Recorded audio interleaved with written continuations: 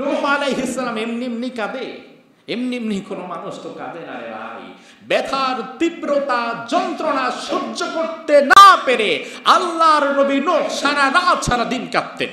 নূহ আলাইহিস সালাম আল্লাহরে বলে, আল্লাহ দাউতু কওমি লাইলা ওয়া নাহারা, আল্লাহ আপনি সাক্ষী, আমি দিনে রাতে ঘুমাতে পারতাম না, দিনেও দাওয়াত দিতাম রাতেও দাওয়াত দিতাম।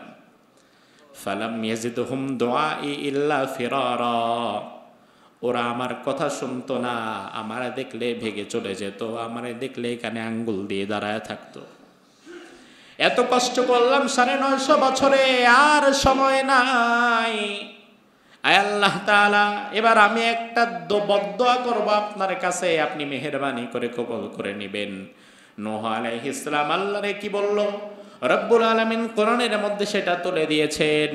নূহ আলাইহিস সালাম আল্লাহকে বলে, আল্লাহ লা তাযার আলাল আরদি মিনাল কাফিরিন দাইয়ারা, আয় আল্লাহ গোটা জমিনে এই মানুষ ছাড়া তো আর দুনিয়াতে কোনো মানুষ নাই। আল্লাহ বলে না, আমি নবী ছাড়া তো এখন দুনিয়াতে আর কোনো নবীও নাই। আল্লাহ বলে না।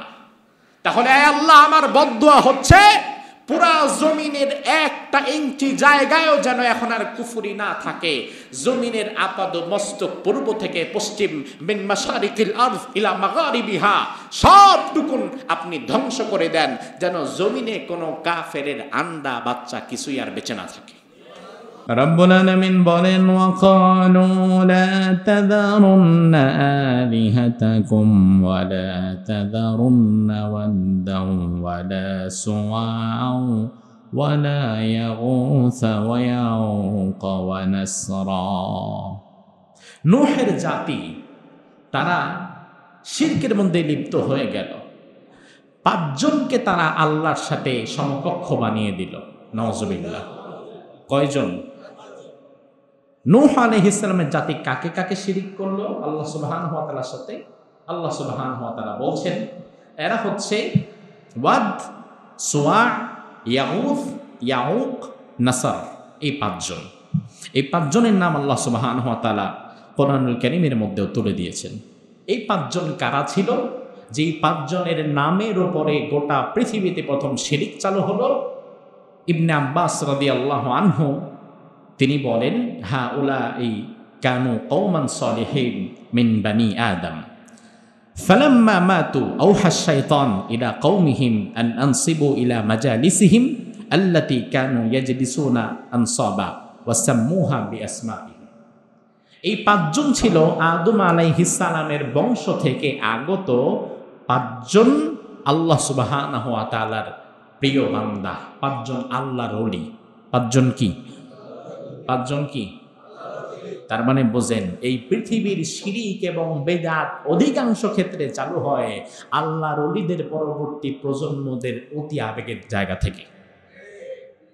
বোঝেন ভালো করে, শিরিক কিভাবে পৃথিবীতে শয়তান ঢোকালো, মূর্তি পূজা, শিরিক, মাজার পূজা কিভাবে শয়তান প্রতিষ্ঠা করলো পৃথিবীতে। 5 জন আল্লাহর ওলি ছিল ওই যুগে। এই 5 জন যখন বিদায় হলো, মরে গেল, শয়তান এবার তার পরবর্তী প্রজন্মের কাছে একজন সাদা দাড়িওয়ালা, সুন্দর শুভ্র দাড়িওয়ালা একজন ব্যক্তি সেজে তার কওমের কাছে আসলো। এসে বলল, আচ্ছা তোমাদের পূর্ববর্তী যারা আছে চলে গেল দুনিয়া থেকে, ওয়াদ, সুওয়া, ইয়াগুস, ইয়াউক, নাসর, তারা কেমন ছিল? সবাই বলল তারা তো অনেক ভালো ছিল। আচ্ছা তারা যে ভালো ছিল তাদের ইন্তেকালে তোমরা দুঃখিত না? বলে অবশ্যই দুঃখিত, আমরা তো এখনো তাদের জন্য কাঁদি, আল্লাহর কাছে দোয়া করি। শয়তান এবার বলল, শোনো, শুধু দোয়া করলেই কি হবে? আরো কিছু করা যায় না তাদের জন্য? তারা বলল, কি করা যায়, আমাদের তো তেমন মাথায় কিছু আসতেছে না। শয়তান বলল, এক কাজ করো, পাথরের মধ্যে এই ওয়াদ, সুওয়া, ইয়াগুস, ইয়াউক, নাসর এই 5 জন আল্লাহর ওলির আকৃতিটা আঁকো। তোমরাই তাড়াতাড়ি আঁকো, কারণ তোমরা কিছুদিন পরে তাদের আকৃতিও ভুলে যাবা। পাথরের মধ্যে তাদের আকৃতি আঁকবা, আর সকাল সন্ধ্যায় তাদের দিকে এক নজর তাকাবা। তাকালে, তাদের দিকে তাকালে তোমাদেরকে মৃত্যুর কথা স্মরণ হবে, আল্লাহর কথা স্মরণ হবে। সবাই বলল, কথা তো ঠিক, ঠিক আছে।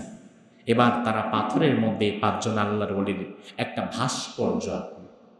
দেখেন, আপনারা যখন রাস্তার ধারে ধারে মূর্তি বানান, কারো বাবার মূর্তি, কারো স্বামীর মূর্তি, ওই মুহূর্তে আমরা কেন ভাস্কর্য নির্মাণে বাধা দিই?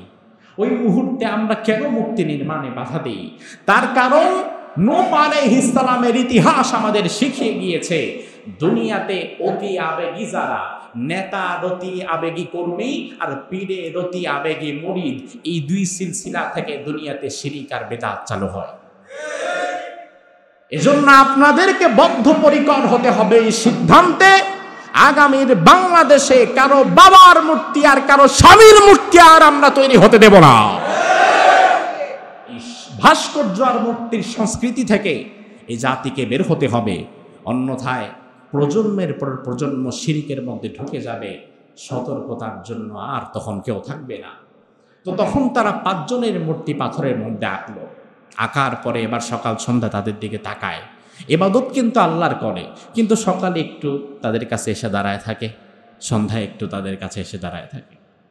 এই প্রজন্ম বিদায় হয়ে গেল। পরবর্তী প্রজন্ম যারা, তারা এবার আসলো, এসে চিন্তা করলো বাপ চাচারা কেন দাঁড়ায় থাকতো তা তো জানি না, হয়তোবা এরা ছোটোখাটো কেউ না।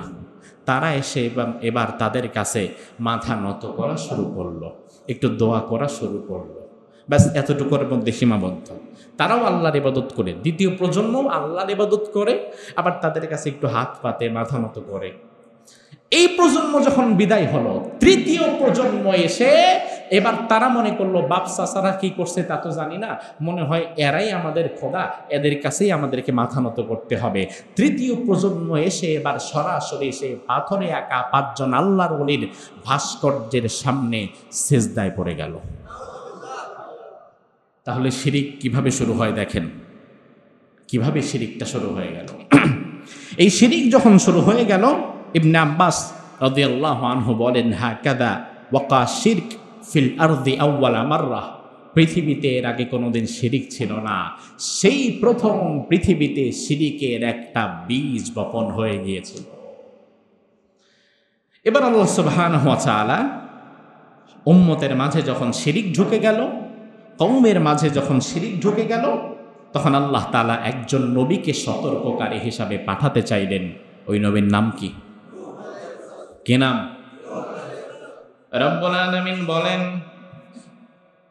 ইন্না আরসালনা নূহান ইলা কওমিহি আন আনযির কওমাকা মিন ক্বাবলি আন ইয়াতিয়াহুম আযাবুন আলীম। সুবহানাল্লাহ।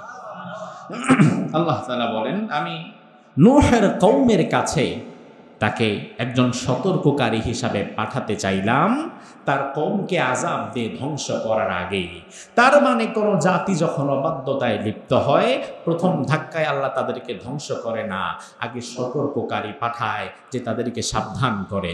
সাবধান যদি না হয়, তখন আল্লাহ তাআলা আযাব এবং গজব পাঠিয়ে দেয়। নূহ আলাইহিস সালাম তার জাতিকে বলল, ইয়া কওমি ইন্নী লাকুম নাযীরুম মুবিন, ও আমার জাতি, আমি তোমাদের জন্য একজন স্পষ্ট সতর্ককারী।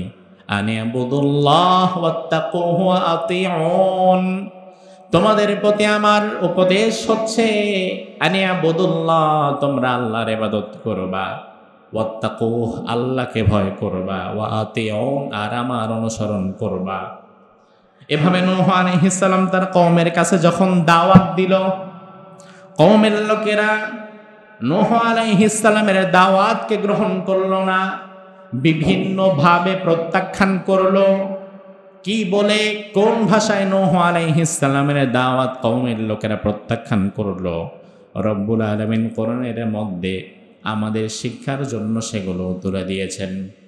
নূহ আলাইহিস সালাম যখন দাওয়াত দেওয়া শুরু করলো, কওমের লোকেরা 1 নম্বরে নূহ আলাইহিস সালামের দাওয়াতকে প্রত্যাখ্যান করে বলল, فقال الملأ الذين كفروا من قومه ما نراك إلا بشرا مثلنا, বলল, আরে তুমি আবার নবী হবা কিভাবে?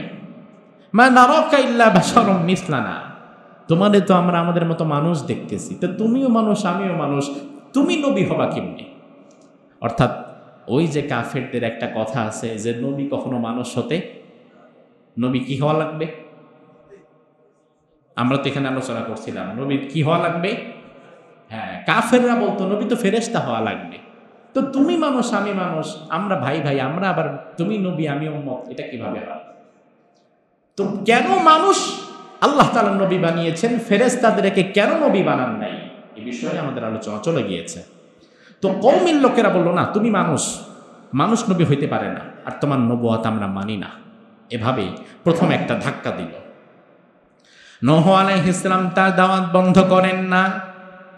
নূহ আলাইহিস সালাম যখন আবার দাওয়াত দেয়, কওমের লোকেরা এবার দ্বিতীয়বার তাকে বলল, ক্বালু আনুমিনু লাকা ওয়াত্তাবা'আকাল আরযালুন, তোমার অনুসরণ করব আমরা না, ওয়াত্তাবা'আকাল আরযালুন, তোমার অনুসরণ তো করে আমাদের দেশের নিচু শ্রেণীর থার্ড ক্লাস লোকেরা, গরিব মানুষ যারা যারা খাবার পায় না, এরা তোমার পিছে পিছে ঘুরে।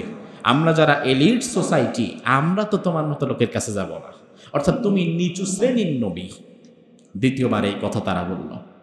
নূহ আলাইহিস সালাম দাওয়াত বন্ধ না করে যখন আবার দাওয়াত দিচ্ছে, কওমের লোকেরা এবার তাকে বলছে, কাযযাবাত ক্বাবলাহুম কওমু নূহ ফাকাযযাবু আবদানা ওয়া ক্বালু মাজনুন ওয়াজদুজির। আল্লাহ তাআলা বলছেন, আগে তো নূহর কওমেরা বিভিন্ন ভাবে আমার বান্দাকে মিথ্যা প্রতিপন্ন করেছে, এবার তারা এক ধাপ এগিয়ে গিয়ে বলল, ওয়াকালু মাজনুন, আরে বেটা তোর তো এতদিন ভালো মানুষ মনে করতাম, এখন তো আমরা সবাই মিলে এটা মনে করছি যে তুমি একটা পাগল। আরো জোরে বলবেন না? একজন নবীকে তার উম্মতেরা পাগল বলে গালি দিচ্ছে।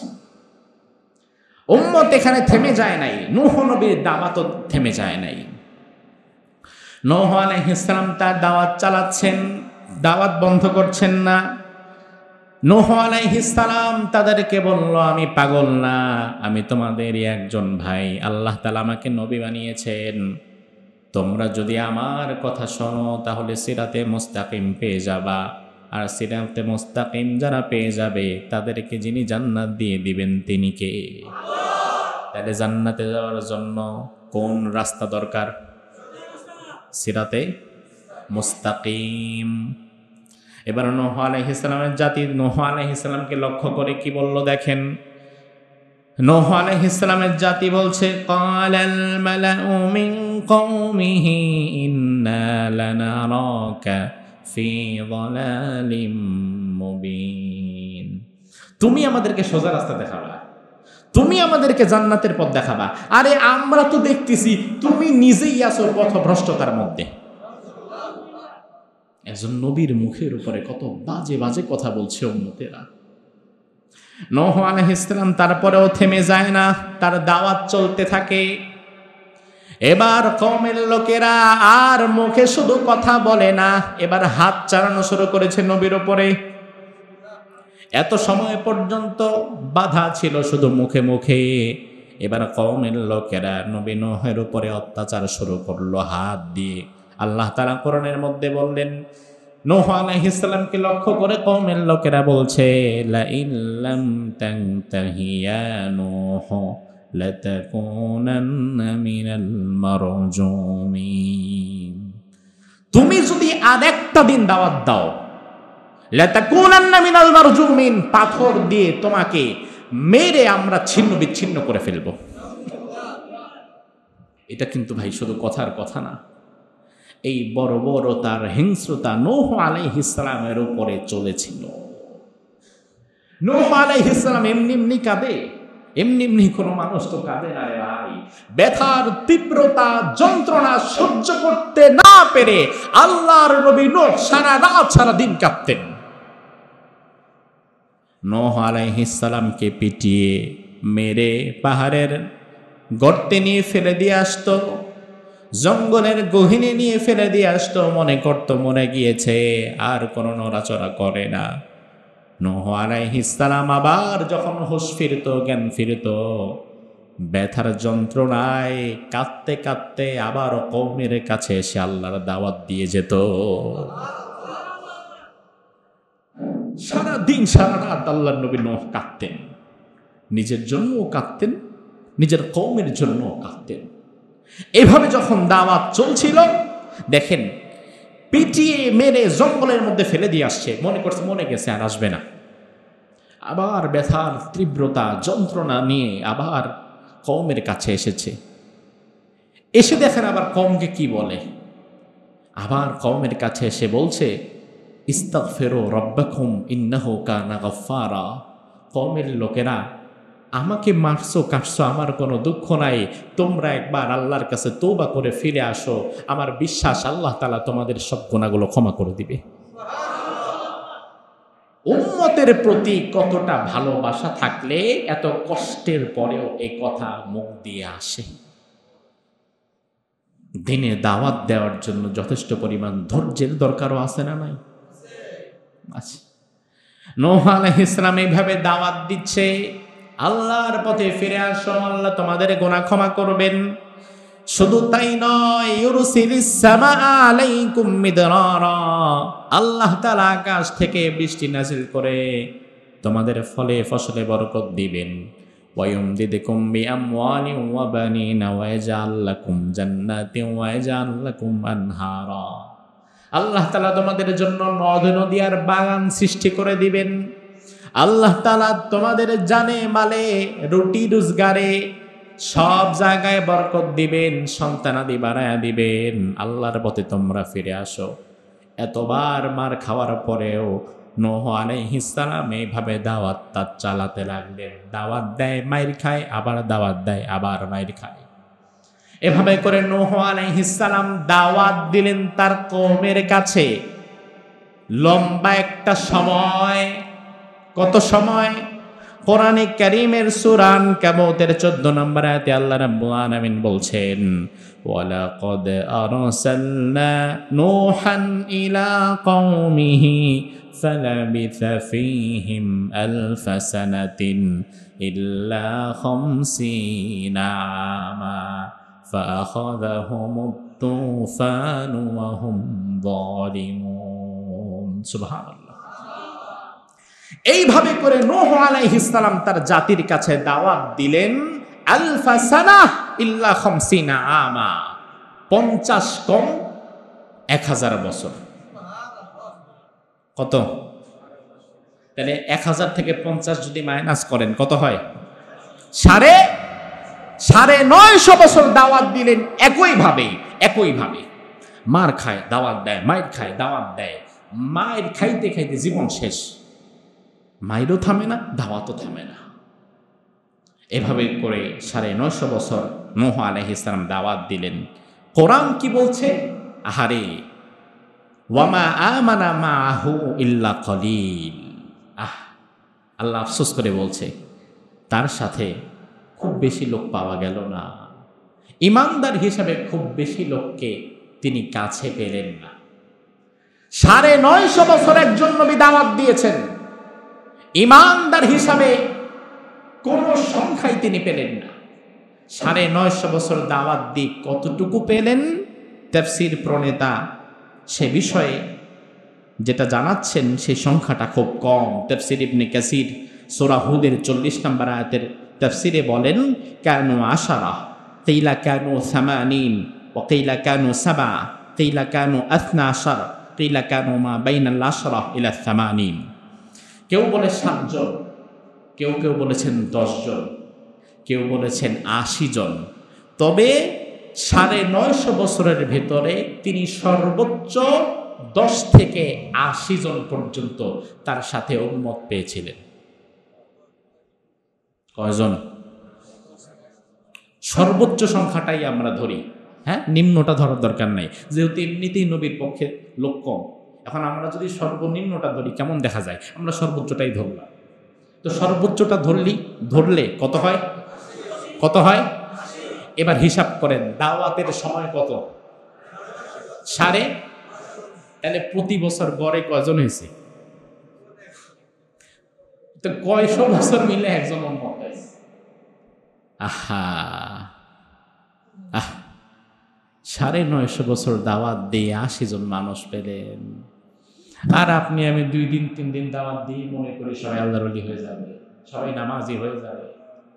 না, নূহের দিকে তাকান, 950 বছর দাওয়াত দিয়েছে, লোক পাইছে মাত্র 80 জন, সর্বোচ্চ সংখ্যাটা যদি আপনি ধরেন।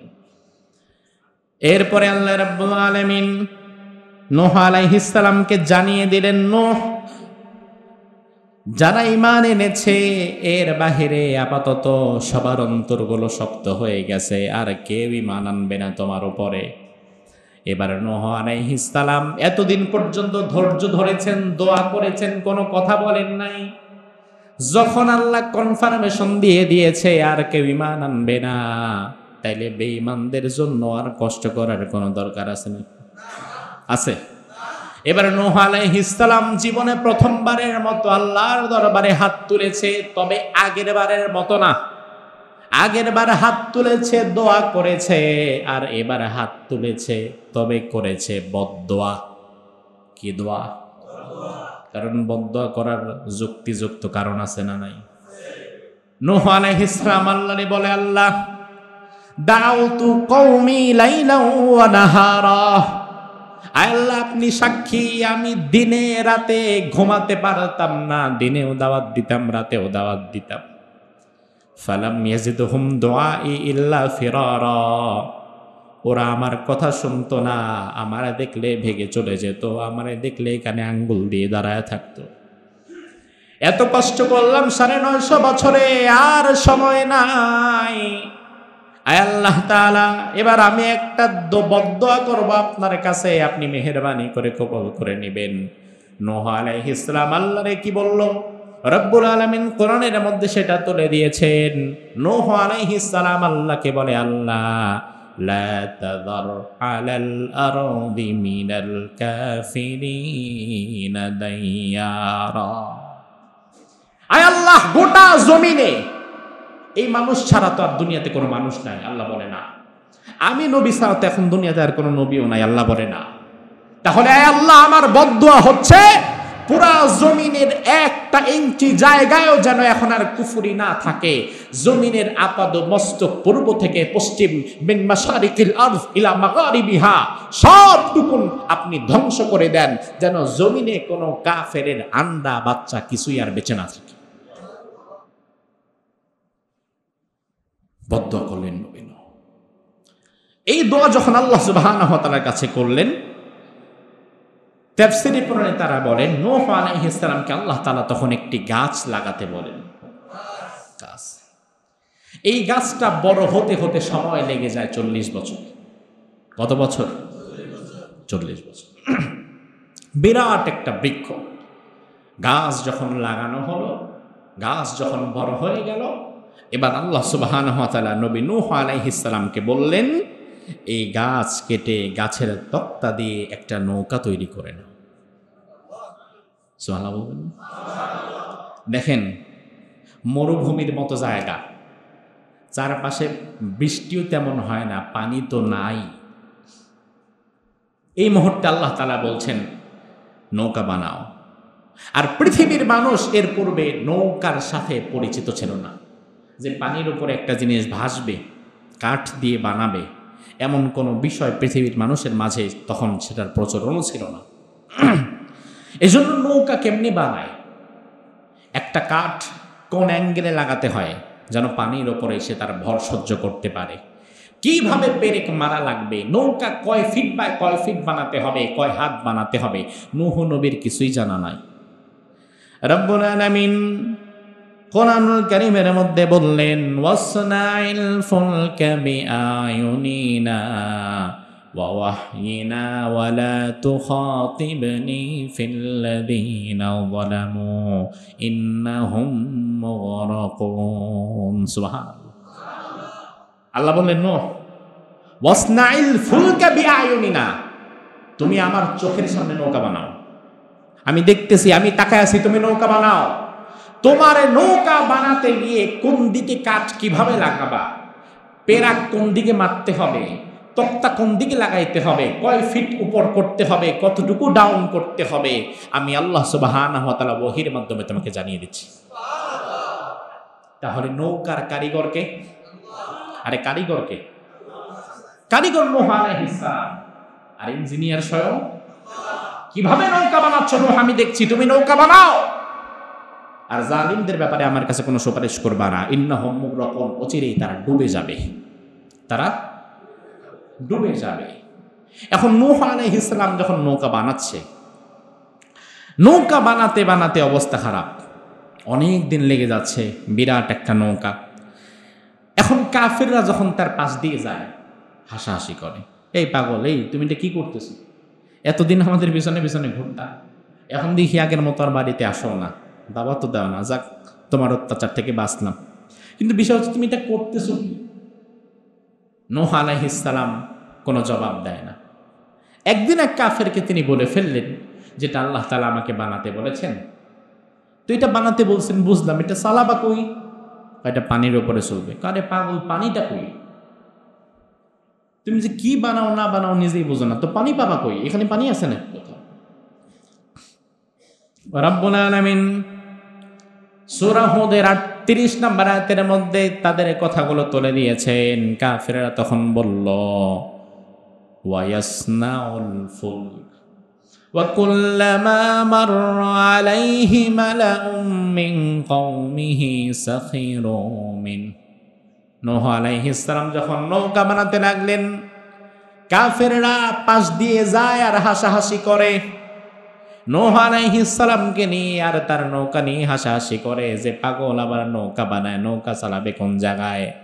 নৌকা বানাতে বলেছেন যিনি, নৌকা চালাবার ব্যবস্থাও করবেন তিনি নিজেই। নূহ আলাইহিস সালাম নৌকা যখন বানিয়ে শেষ করলেন, এবার আল্লাহ রাব্বুল আলামিন সূরা হুদের মধ্যে বললেন, হাত্তা ইযা জাআ আমরুনা ওয়া ফারাতান নূর কুল নাহমিল ফিহা মিন কুল্লিন যাওজাইনি ইসনাইন ওয়া আহলাকা ইল্লা মান সাবাকা আলাইহিল কওলু ওয়া মান আমান। যখন নৌকা বানানো শেষ, এবার আল্লাহ সুবহানাহু ওয়া তাআলা বলছে, আমি আদেশ দিয়ে দিলাম। কি আদেশ দিলেন এটা পরে আসতেছে। আল্লাহ সুবহানাহু ওয়া তাআলা যখন আদেশ দিলেন, ওয়াফারাতান নূর, চুলা, মাটির যে চুলা আছে, প্রত্যেকটা চুলার নিচ থেকে পানি বের হওয়া শুরু করল। শুধু আসমান থেকে না, নিচ থেকেও। কাফেররা হাসাহাসি করতেছিল যে পানি পাবা কই, এটা চলবে কোথায়? পানির ব্যবস্থা করে দিচ্ছেন কে? আল্লাহ তাআলা বললেন, শোনো নূহ, নৌকায় যারে তারে ওঠানো যাবে না। বিপদের সময় অনেকেই আসবে আশ্রয় নিতে, তোমার নৌকা যেন অন্যদের নৌকার মতো না হয়। তোমার নৌকায় উঠবে শুধুমাত্র তারা আল্লাহর প্রতি ঈমান এনেছিল যারা, কোন বেঈমানের জন্য তোমার নৌকা নয়। এবং প্রতিটি প্রাণীকে তুমি জোড়ায় জোড়ায় তুলবা। কিভাবে? কিভাবে? জোড়ায় জোড়ায় তুমি প্রতিটি প্রাণীকে তুলবা। এক্ষেত্রে এসে আল বিদায়া ওয়ান নিহায়া এর মাঝে ইমাম আবু জাফর ইবনে জারির ইবনে আব্বাস থেকে একটি রাওয়ায়াত এসেছে, যদি ইসরায়েলি বর্ণনা। ঈসা আলাইহিস সালামকে একদিন তার সাথীগণ অনুরোধ করলো যে নূহ আলাইহিস সালামের সেই নৌকা সম্পর্কে আমরা বিস্তারিত জানতে চাই। ঈসা আলাইহিস সালাম বললেন, বিস্তারিত জানার জ্ঞান, বিস্তারিত আমি এখনো তেমন কিছু জানি না। সাথীরা বলল, আচ্ছা এক কাজ করেন, আপনি তো মৃতকে জীবিত করতে পারেন। কার আদেশে? আল্লাহর আদেশে। এটা ঈসা আলাইহিস সালামের একটা মুজিজা, তিনি মৃতকে জীবিত করেন। আপনি নূহ আলাইহিস সালামের জামানায় ছিল এমন একজনকে পারলে জীবিত করেন, তাহলে তার থেকে আমরা চাক্ষুষ, সে যা দেখেছে আমাদের কাছে তা বলে দিতে পারবে। ঈসা আলাইহিস সালাম বলল, আচ্ছা তা করা যেতে পারে। তিনি একদিন হাঁটতে হাঁটতে অনেক দূর চলে গেলেন, কিছু শক্ত মাটি হাতে নিলেন, নিয়ে তার সাথীদেরকে বললেন, তোমরা আমার হাতে কি দেখো? বলে মাটি। তোমরা কি জানো এটা কোন জায়গার মাটি? বলে না।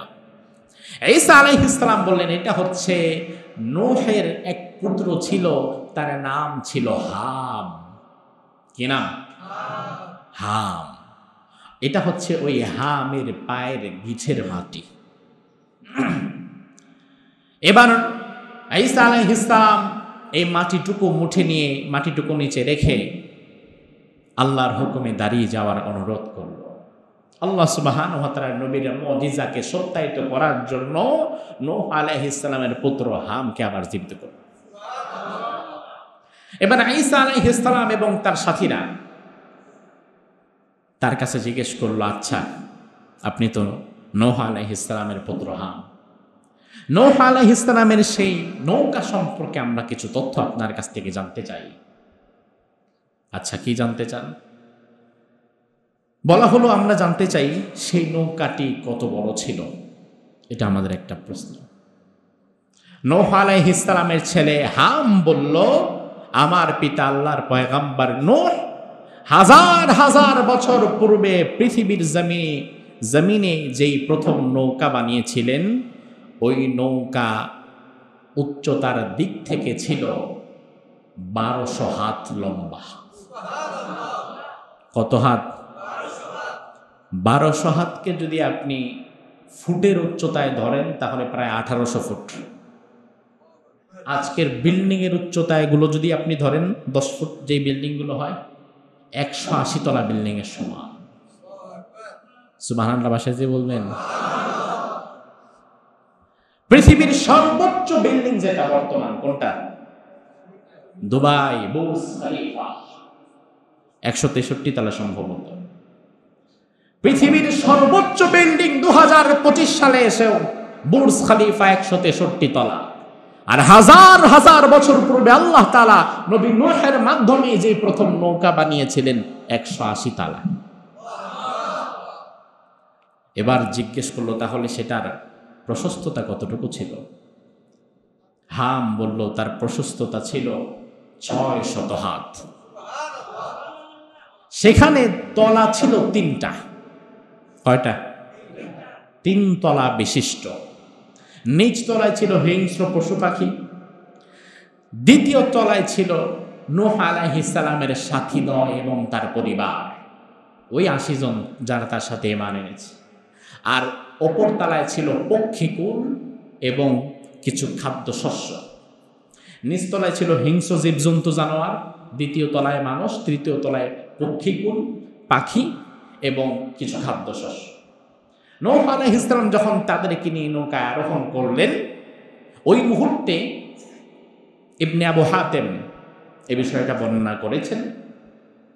নূহের কওমের লোকেরা এবং তার পরিবারবর্গ তাকে বলল যে একই জায়গায় হিংস্র জানোয়ার আর আমরা কিভাবে থাকব? এর মধ্যে আবার বাঘও আছে, তো এই হিংস্র পশুর সাথে তো আমরা থাকতে পারবো না। নূহ আলাইহিস সালাম আল্লাহকে বললেন, আল্লাহ আমি কি করব?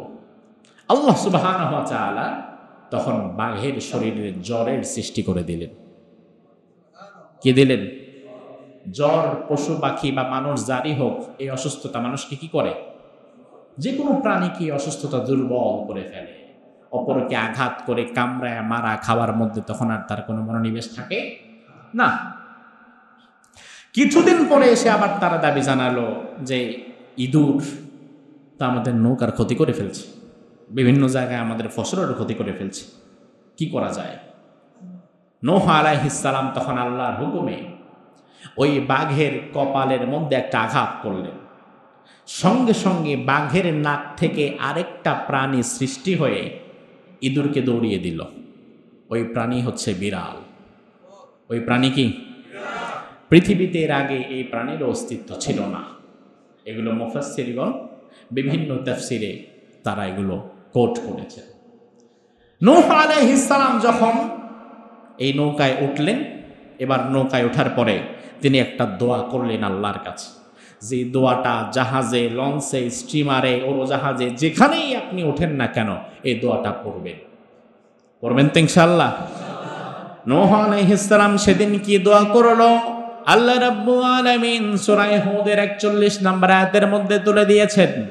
নূহ আলাইহিস সালাম সেদিন বলল, বিসমিল্লাহি মাজরিহা ওয়া মুরসাহা ইন্না রাব্বি লাগফুরুর রহিম।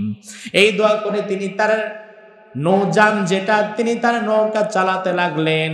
আর আল্লাহর দরবারে নূহ আলাইহিস সালাম যাত্রা শুরু করার পূর্বে জীবনের শেষ আরেকটা দোয়া করে দিলেন। নূহ আলাইহিস সালাম এবার আল্লাহকে বলে, আল্লাহ করছো রব্বুল আলামিন সূরা কমারের 10 থেকে 14 নম্বর আয়াতের মধ্যে কথাগুলো তুলে দিয়েছেন। নূহ আলাইহিস সালাম বিসমিল্লাহি মাজরিহা ওয়া মুরসাহা এই দোয়া করার পরে নূহ আলাইহিস সালাম আল্লাহরে বলে, আল্লাহ ফাদা রাব্বাহু আন্নী মাগলুবুন ফান্তাসির, আল্লাহ তাআলা আমি দুর্বল, আমি পরাজিত, আমি আর তাদের সাথে যুদ্ধ করে পারলাম না, মেহেরবানি করে তুমি আমাদের সহযোগিতা করো। সহযোগিতা করবেন কে? আল্লাহ রাব্বুল আলামিন এবার বলেন, ফাফাতাহনা আবওয়াবাস সামাই বিমাইম মুনহামির, আমি আল্লাহ তাআলা আসমানের যতগুলো দরজা আছে পানি পড়ার, গোটা দুনিয়াতে আসমানের সব দরজাগুলো আমি আল্লাহ তাআলা খুলে দিলাম। রব্বুল আলামিন আরো বলেন, ওয়াফাজ্জারনাল আরদা উয়ুনান ফালতাকাল মাউ আলা আমরিন কদ কদির, জমিনে যত জায়গায় যত ঝর্ণা ছিল, যত ছিদ্র ছিল, সব ছিদ্রের মুখগুলো খুলে দিলাম। আকাশ থেকে পানি পড়ে, ঝর্ণা থেকে পানি পড়ে, আবার জমিনের নিচ থেকে পানি উঠলে উঠে, সব দিক দিয়ে যখন একত্রিত হয়ে পানি ঝরছিল, তখন আর যাওয়ার মতো কোনো জায়গা ছিল না। নূহ আলাইহিস সালামের 4 জন পুত্র সন্তান ছিল। কয়জন? সাম, হাম, ইয়াফিস এবং ছিল কান্নান। এই 4 জনের মধ্যে 3 জন সাম, হাম, ইয়াফিস তারা ঈমান এনেছিল আল্লাহর প্রতি, এবং শুধু কান্নান এ ছিল বাবার অবাধ্য। বাবা যেহেতু নবী, বাবার অবাধ্য হওয়া মানে সরাসরি কার অবাধ্য? আল্লাহর অবাধ্য কানান। কানান যখন ডুবে যাচ্ছিল, নূহ আলাইহিস সালাম দেখলেন ওয়াহিয়া তাজরি বিহিম ফি মাউজিন কাল জিবাল, এক একটা ঢেউ আসতেছে পাহাড়ের সমান, এক একটা ঢেউ। নূহ আলাইহিস সালাম ওয়ালাদা নূহ ইবনাহু, নূহ আলাইহিস সালাম তার সন্তান কেনানকে বারবার ডাকছে, বাবা, ও বাবা, একটা বার তুমি কালিমা পড়ো, আল্লাহর প্রতি বিশ্বাস করো, আর আমার নৌকায় চড়ে এসো, আর আল্লাহ ছাড়া তোমাকে কেউ বাঁচাতে পারবে না। এভাবে যখন ডাকছিল, নূহ আলাইহিস সালামের ডাকের কোনো জবাব সন্তান দিচ্ছিল না। নূহের ছেলে কেনান এবার নূহ আলাইহিস সালামকে লক্ষ্য করে বলল, বাবা, সাআওই ইলা জাবালি ইয়াসিমুনি মিনাল মা, ওই যে বিরাট একটা পাহাড় দেখা যায়, ওই পাহাড়ের মধ্যে গিয়ে আমি আশ্রয় নেব, তাহলে আপনার আল্লাহর এই বন্যায় আমার কোনো ক্ষতি করতে পারবে না। এই কথা বলে যখন কেনান পাহাড়ের দিকে যাবে, নূহ আলাইহিস সালাম বলে, বাবারে, লা আসিমাল ইয়াউমা ইল্লা মিন আমরিল্লাহি ইল্লা মান রাহিম, ও আমার সন্তান কেনান, আজকের এই কঠিন দিনে রহমান যার উপর দয়া না করবে, দুনিয়াতে অস্তিত্ব নিয়ে টিকে থাকার মতো আর কোনো সুযোগ তার নাই। ও বাবা, তুমি আমার কথা শোনো, ফিরে আসো আল্লাহর দরবারে। এমন সময় আল্লাহ তাআলা নূহ আলাইহিস সালামকে বলে, ইয়া নূহ লাইসা মিন আহলিক, ও নূহ, যে সন্তান আমার অবাধ্য, তোমার কথাগুলা এই মুহূর্তেও শুনছে না, আজকে আমি আল্লাহ তাআলা তোমারে সাফ জানায়া দিলাম, এমন অবাধ্য সন্তান তোমার সন্তান বলে আর কোনোদিন তুমি পরিচয় দিতে পারবা না। একটা ঢেউ আসলো হঠাৎ করে, ওয়াহালা বাইনাহুমাল মাউজ ফাকানা মিনাল মুগরাকিন, হঠাৎ একটা ভয়াবহ ঢেউ এসে নূহ আলাইহিস সালামের ছেলেটাকে ভাসিয়ে নিয়ে গেল। গোটা পৃথিবীতে ভয়াবহ রকমের বন্যা শুরু হয়ে গেল। আসমান থেকে পানি ঝরছে, ঝর্ণা থেকে পানি ঝরছে, আবার চুলা ফেটে ফেটে পানি বের হচ্ছে। এই যখন বন্যা শুরু হয়েছে, ইবনে আব্বাস এবং কাতাদা রাহিমাহুল্লাহ তারা বলেন, এই বন্যার মধ্যে বৃষ্টি চলেছিল টানা 40 দিন। 40 দিন পর্যন্ত 1 সেকেন্ডের জন্য পানি পড়া বন্ধ হয় নাই। গোটা পৃথিবীর আনাচে কানাচে সব ডুবে গিয়েছিল, সব জায়গায় বন্যায় প্লাবিত হয়ে গিয়েছিল। 40 দিন তো কেবল পানি ঝরেছে, আর এই পানি গোটা পৃথিবীতে টেকেছিল 6 মাস। কয় মাস? 6 মাস। দুনিয়াতে তখন আর কোনো প্রাণীর অস্তিত্ব ছিল না। 6 মাস এই বৃষ্টির পানি গোটা দুনিয়াতে টিকে গেছে। এবার আল্লাহ সুবহানাহু ওয়া তাআলা এই মহাপ্লাবন যখন দিয়ে দিলেন, গোটা পৃথিবীর এমন ভয়ঙ্কর প্লাবন, নূহ আলাইহিস সালাম নিজেও ভরকে গেলেন, আল্লাহ কি হচ্ছে এটা? ভয়াবহ এই প্লাবনের পরে এবার আল্লাহ সুবহানাহু ওয়া তাআলা চাইলেন জমিনকে ঈমানদারদের দ্বারা আবার নতুনভাবে তিনি শুরু করবেন, জমিনকে আবার নতুনভাবে তিনি সাজাবেন। রব্বুল আলামিন এবার সূরা হুদের 44 নম্বর আয়াতের মধ্যে বললেন, ওয়াকিলা ইয়া আরদু বলা'i মা'কি ওয়া ইয়া সামাউ আকলি'i ওয়া গীদাল মা। আসমানকে আল্লাহ বলেন, আসমান বাস বন্ধ করো। জমিনকে আল্লাহ বলেন, জমিন প্রতি ফোঁটা পানি ধীরে ধীরে তুমি চুষে নাও। সুবহানাল্লাহ। আসমানকে আল্লাহ বলেন, আসমান পানি যা দিয়েছো বাস থেমে যাও। জমিনকে আল্লাহ বললেন, জমিন যত পানি আছে তুমি চুষে নাও। এরপর আল্লাহ তাআলা নবী নূহকে বললেন, ওয়াস্তাওয়াত আলাল জুদি, জুদি পাহাড়ের নিকট তুমি তোমার নৌযানকে ভেড়াও। ওয়াকিলা বু'দান লিল কওমিজ যালিমিন, বলা হলো জালিমেরা ধ্বংস হয়ে যাবে, ধ্বংস হয়ে গিয়েছে। নূহ আলাইহিস সালামের এই নৌকাটি জুদি পাহাড়ের কাছে এসে ভিড়ল। পানি পরিপূর্ণ শুকিয়েছে কিনা, জমিনের পানি শুকিয়েছে কিনা, আমরা কোথাও গিয়ে নামতে পারবো কিনা, এটা দেখার জন্য নূহ আলাইহিস সালাম তখন একটি কাককে দায়িত্ব দিলেন যে তুমি যাও দেখে এসো তো পৃথিবীর আনাচে কানাচে বিভিন্ন জায়গার পানি কি শুকিয়ে গেছে কিনা। কাক আর আসে না, সবাই অপেক্ষমান, কিন্তু রেজাল্ট নিয়ে বার্তাবাহক আর আসে না। অনেকটা সময় পর ফিরে আসার পরে জিজ্ঞেস করা হলো, কি ব্যাপার এত দেরি করলে? আর কাক কোনো ইনফরমেশনও আনে নাই। কাক বলছে, আসলে আমার একটু ভুল হয়ে গেছে, আমি যাওয়ার পরে সামনে আর একটা মরা জন্তু দেখেছিলাম, আমি সেটা খাইতে ব্যস্ত হয়ে গেছিলাম। নূহ আলাইহিস সালাম বললেন, আজীবন তোর মধ্যে ভীতি অস্থিরতা কাজ করবে এবং মানুষের সাথে তুই কোনোদিন বসবাস করতে পারবি না। নূহ আলাইহিস সালাম একটা কবুতরকে দায়িত্ব দিলেন, তুমি যাও দেখে এসো পৃথিবীর কোথাকার কি অবস্থা। কবুতর কিছু সময় পর পায়ের মধ্যে কিছু কাদা মাটি মেখে আসলেন। নূহ আলাইহিস সালামকে বুঝিয়ে দিলেন যে আমার পায়ে যেহেতু কাদা লেগে আছে, তার মানে পৃথিবীটা এখন কর্দমাক্ত অবস্থায় আছে, পানিটা মোটামুটি শুকিয়ে গেছে। নূহ আলাইহিস সালাম কবুতরের জন্য দোয়া করলেন, আল্লাহ তাআলা যেন তোকে আজীবন মানুষের সাথে বসবাসের সুযোগ করে দেয়। তো পৃথিবীতে সেই দোয়ার যে বাস্তবতা সেটা কি আছে না নাই? আছে। এবার আল্লাহ রাব্বুল আলামিন সূরা হুদের 48 নম্বর আয়াতের মধ্যে নূহ আলাইহিস সালামকে লক্ষ্য করে বললেন, কিলা ইয়া নূহু বিতমি সালামিন মিন্না ওয়া বারাকাতিন আলাইকা ওয়া আলা উমামিন মিম্মান মাক ওয়া উমামুন সানুমাত্তিউহুম কলিল। হে নূহ, আমার পক্ষ থেকে নিরাপত্তা ও বরকতের সাথে তুমি নেমে যাও, যাও পৃথিবীতে আবার নতুনভাবে তুমি আবাদ করা শুরু করো। নূহ আলাইহিস সালাম নেমে গেলেন। নূহ আলাইহিস সালাম তার জীবদ্দশায় হায়াত কতটুকু পেয়েছিলেন, কত বছর তিনি বেঁচে ছিলেন? ইবনে আব্বাস রাদিয়াল্লাহু আনহু বলেন, নূহ আলাইহিস সালাম দাওয়াত দিয়েছিলেন 950 বছর। কত? তো একজন মানুষ দাওয়াত দিয়েছেন 950 বছর, তাহলে বোঝা গেল তার হায়াত আরেকটু বেশি। কত বেশি?